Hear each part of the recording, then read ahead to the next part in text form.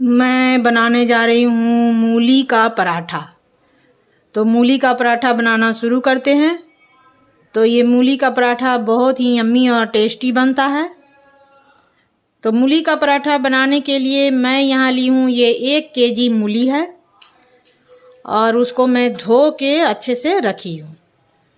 तो अब इसका मूली का पराठा बनाएंगे। तो उसके लिए सबसे पहले इसका डंठल को कट कर देंगे और ये ऊपर और नीचे का भाग थोड़ा थोड़ा काट लेंगे और काटने के बाद फिर इसका कद्दूकस करेंगे। तो अब इसको काट लेते हैं पहले।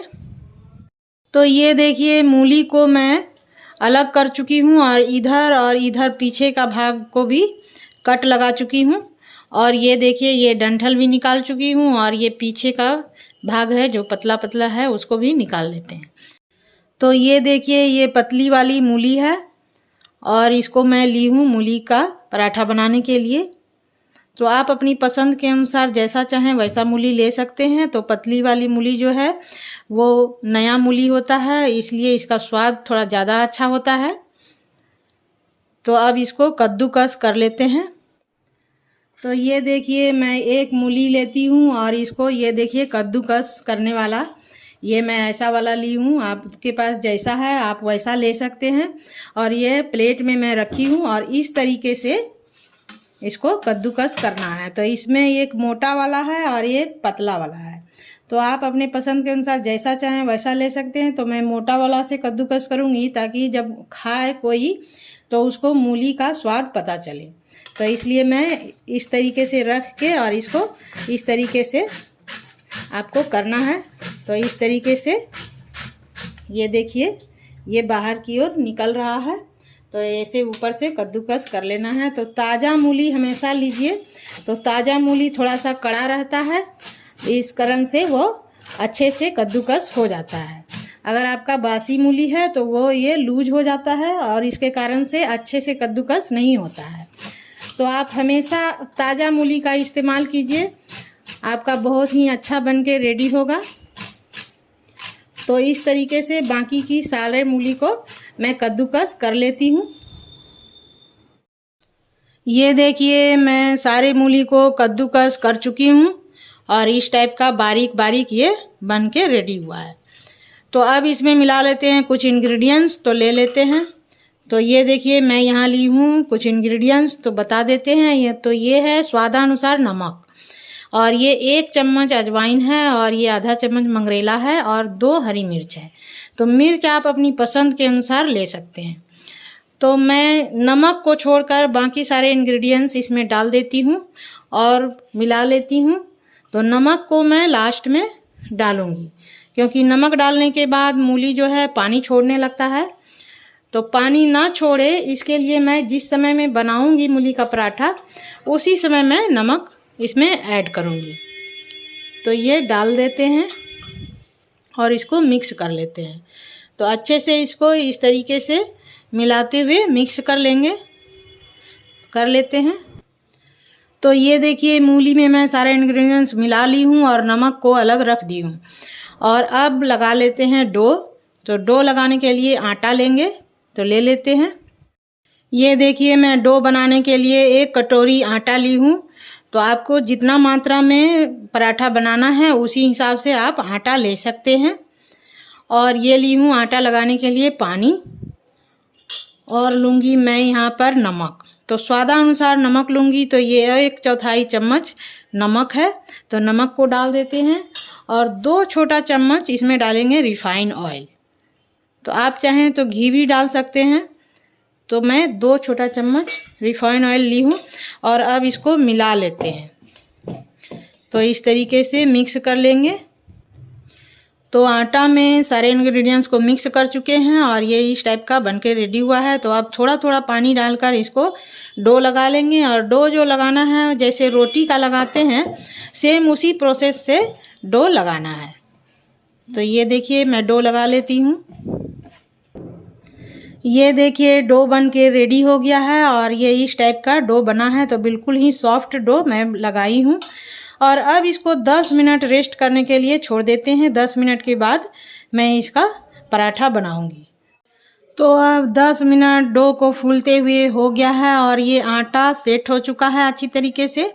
तो एक बार इसको 1 मिनट के लिए इस तरीके से मल लेते हैं और मलने के बाद इसका पराठा बनाएंगे। तो इस तरीके से 1 मिनट मल लेना है। तो ये देखिए डो को मैं मल के रख चुकी हूँ और अब बनाना शुरू करते हैं। तो बनाने के लिए मैं यहाँ देखिए ये मूली रखी हूँ और ये आटा है और यहाँ मैं ली हूँ तवा। तो गैस को ऑन कर देते हैं और तवा को गर्म होने के लिए छोड़ देंगे।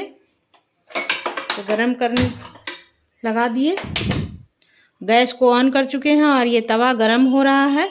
और जब तक तवा गर्म होगा तब तक मैं पराठा बेल लेती हूँ।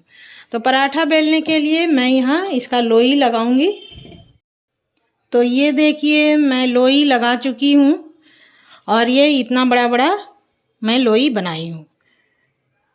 तो अब इसका पराठा बेलेंगे। तो पराठा बेलने से पहले इस मूली में मैं नमक नहीं डाली थी, तो अभी मैं नमक मिलाऊंगी। तो नमक डाल देते हैं। तो इस नमक को डाल के और एक बार मिला लेते हैं अच्छे से, उसके बाद बनाना शुरू करेंगे। तो अब मैं नमक डाल के मिला चुकी हूँ मूली को और अब लेंगे एक लोई और लोई को इस तरीके से डिप करना है आटा में। मैं ये लोई को डिप करने के लिए एक डब्बा का मैं यूज करती हूँ, क्योंकि डब्बा में जो आटा रहता है तो इधर उधर बिखरता नहीं है। और ये देखिए मैं लोई को आटा में डिप करके निकाल चुकी हूँ और अब इसमें मूली भरेंगे।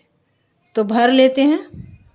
तो इस लोई में इस तरीके से मैं दोनों उंगली डाल के देखिए ये गड्ढा मैं कर चुकी हूँ और अब इसमें मूली डालेंगे। तो ये मूली जो है वो थोड़ा सा लेंगे जितना इसमें आ जाए और ऐसे इसको रखना है और उसके बाद इस अंगूठे की मदद से ऐसे इसको दबाते हुए और लोई को बंद करना है। तो इस तरीके से इसका मुंह को बंद करेंगे और ऐसे दबाएंगे और इस तरीके से दोनों हथेली के बीच में रख के इसको दबा चुके हैं और देखिए ये बंद हो गया है। और अब फिर से एक बार आटा में इसको डिप करना है। तो आटा में डिप कर लेते हैं। तो इस तरीके से आटा में डिप करेंगे और इसको अब बेल लेते हैं। तो ऐसे लोई लेंगे और ये चकला बेलन पे इस तरीके से हल्के हाथों से दबाते हुए बेलना है। तो हल्के हाथों से दबाते हुए बेलेंगे तो ये फटेगा नहीं और ज़्यादा प्रेस कर देंगे तो बाहर की ओर ये निकलने लगता है। तो देखिए बिल्कुल बढ़िया बन रहा है। तो मूली थोड़ा सा नमक डालने के बाद जूसी हो जाता है। तो ये देखिए हल्का हल्का ये पानी निकल जा रहा है। तो अब इसको तवे पे डाल लेते हैं। तो देखिए ये बन के बढ़िया बेलाया है और अच्छे से ये रेडी हो गया है। तो अब इसको तवा पे डाल देते हैं। तो ये देखिए तवा पर मैं एक मूली का पराठा को डाल चुकी हूँ और इसको दोनों तरफ से सेकेंगे।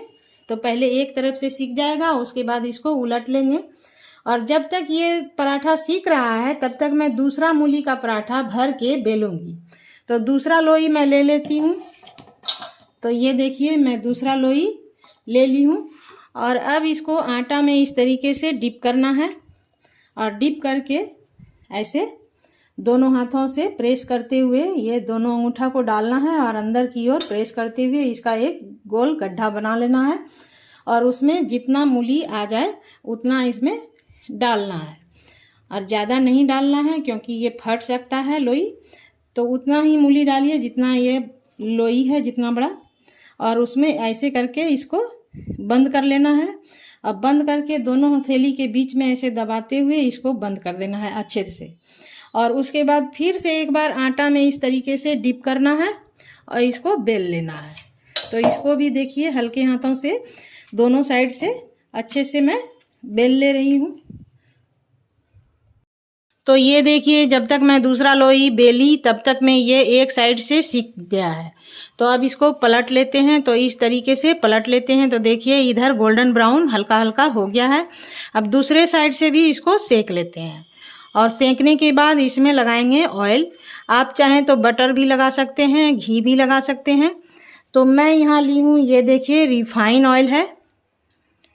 तो आप घी का भी यूज करेंगे और या फिर आप घी के अलावा बटर का भी यूज कर सकते हैं। तो मैं यहाँ रखती हूँ। और अब इसको सेंक लेते हैं अच्छे से। तो ये देखिए दूसरी तरफ से भी मूली का पराठा सीख गया है और ये गोल्डन ब्राउन हुआ है, देखिए कितना बढ़िया सीखा है। तो अब लगा लेते हैं ऑयल। तो ऑयल को लेंगे इस तरीके से चमचे से और इसके ऊपर इस तरीके से डाल के इसको ऐसे फैला देंगे और फिर इधर से भी इस तरीके से इसको डाल के फैला देंगे। और अब ज़्यादा नहीं सेकना है, दोनों तरफ से हल्का हल्का गोल्डन ब्राउन सेकना है। तो ये देखिए अच्छे से सीख गया है।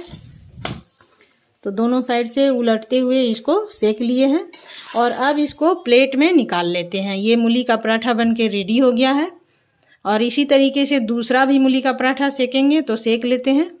तो ये देखिए मैं प्लेट में एक मूली का पराठा को रख चुकी हूँ और अब इसी तरीके से दूसरा भी सेकेंगे।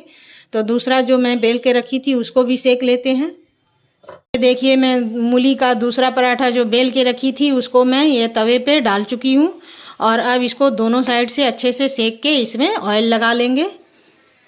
तो इसी तरीके से जितना चाहें उतना आप मूली का पराठा बना के खा सकते हैं।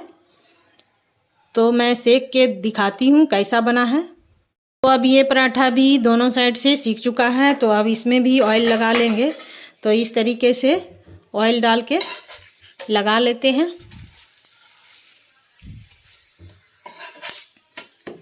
तो पलट के दोनों साइड से सेक लेना है और फ्लेम को लो टू मीडियम फ्लेम पे रखना है।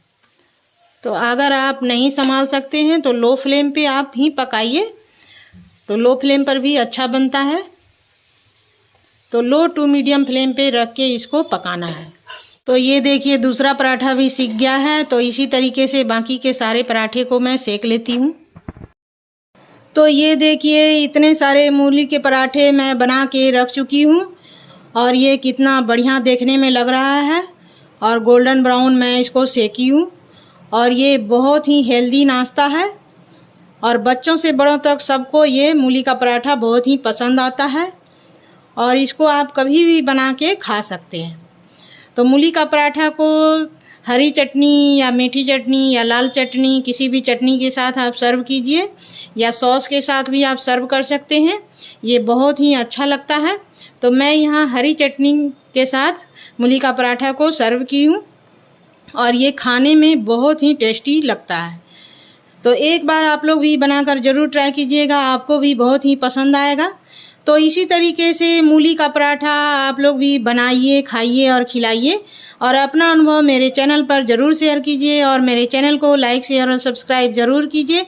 आपका वीडियो देखने के लिए बहुत बहुत धन्यवाद।